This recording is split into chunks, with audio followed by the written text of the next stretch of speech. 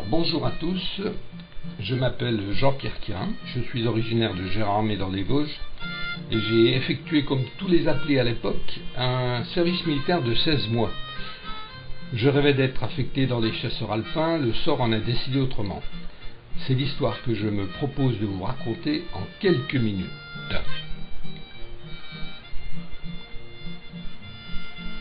Le 14 juin 1964, nous décollons de la base de Istres près de Marseille à bord d'un avion DC-8 militaire, et ce, dans la plus grande discrétion.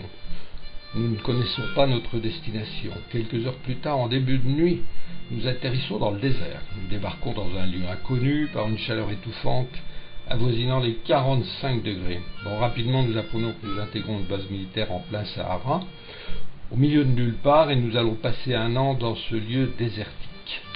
Situé aux frontières du Niger et du Mali, près de Tamanrasset, le pays des hommes bleus, le pays des Touaregs. L'endroit s'appelle le CEMO, Centre d'expérimentation militaire des oasis. Le régiment auquel nous serons rattachés s'appelle le 621e groupe d'armes spéciales. Et plus tard, les anciens sur le terrain nous révéleront que dans ce secteur géographique ont lieu périodiquement des essais nucléaires souterrains.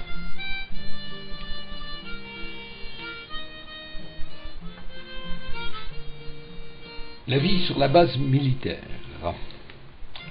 Le lieu géographique s'appelle Inamguel, nom d'un village berbère situé à proximité.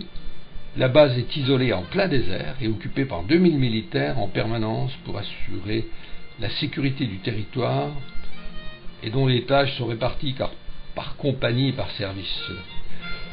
Je suis désigné pour travailler au service des effectifs. J'ai donc géré pendant un an les dossiers des appelés du contingent de mon régiment.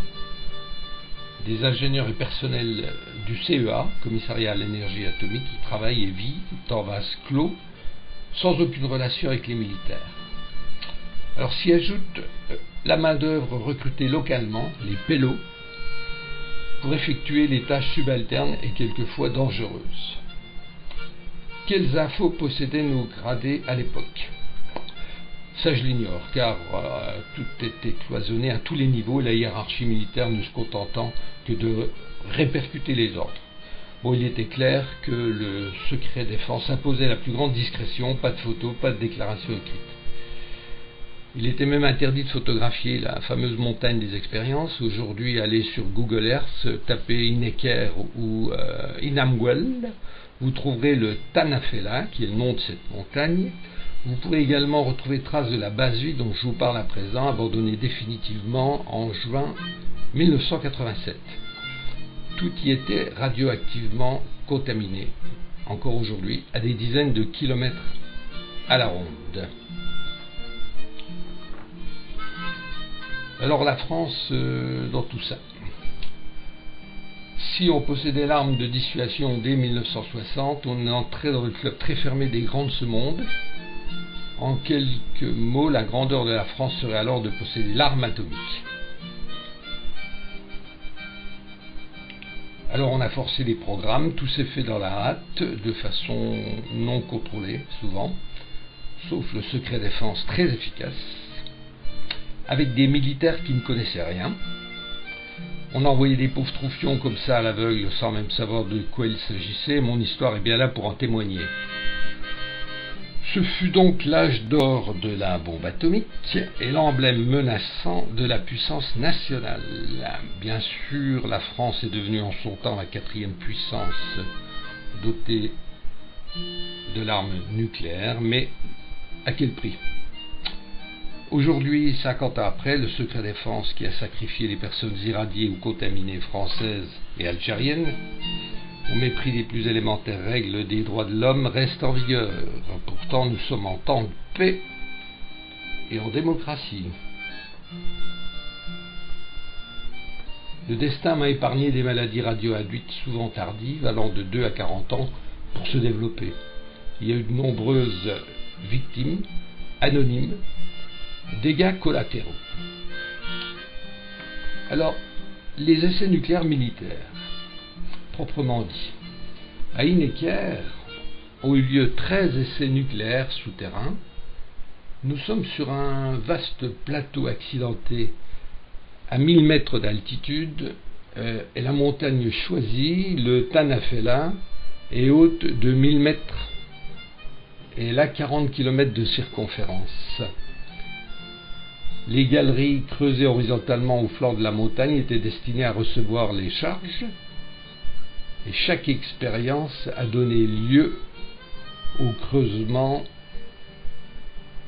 d'une galerie qui pouvait atteindre 1 km de longueur. Le premier essai a eu lieu le 7 novembre 1961 et le dernier le 16 février 1966. Beaucoup ont été des échecs. Celui du 1er mai 1962, appelé Beryl du nom d'une pierre précieuse, a mal tourné. J'ai appris des anciens le récit de cet événement tragique dont les conséquences resteront classées secret défense. Alors personnellement, j'ai vécu 4 expériences de juin 1964 à juin 1965. Même qu'en dernier, nous quittions la base pour bivouaquer pendant plusieurs jours à 80 km du lieu de l'explosion. Elles avaient pour nom Topaz, Turquoise, Saphir et Jade.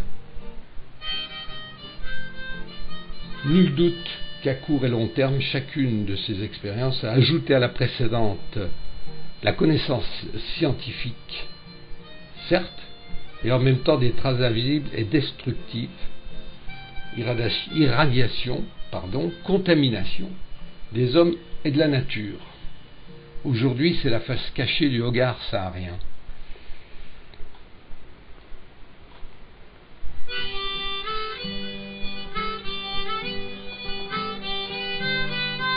Alors moi je pense à tous ceux qui n'ont pas eu ma chance, c'est-à-dire ceux qui sont tombés malades. Face aux autorités françaises proclamant que ces expériences ont été propres, l'histoire rattrapera la France un jour pour ce déni de justice. Et j'avais préparé un document important sur le nucléaire civil qui a découlé du nucléaire militaire, bien sûr, puisque la France recherchait son indépendance énergétique, qui est un sujet tellement tabou que je ne vous en parlerai pas, car il n'y a pas de pire sourd que celui qui ne veut pas entendre. Donc je fais l'impasse.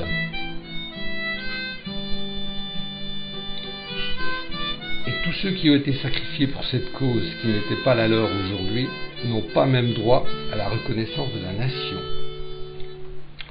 Il est fait en sorte que cette période de l'histoire n'a jamais existé.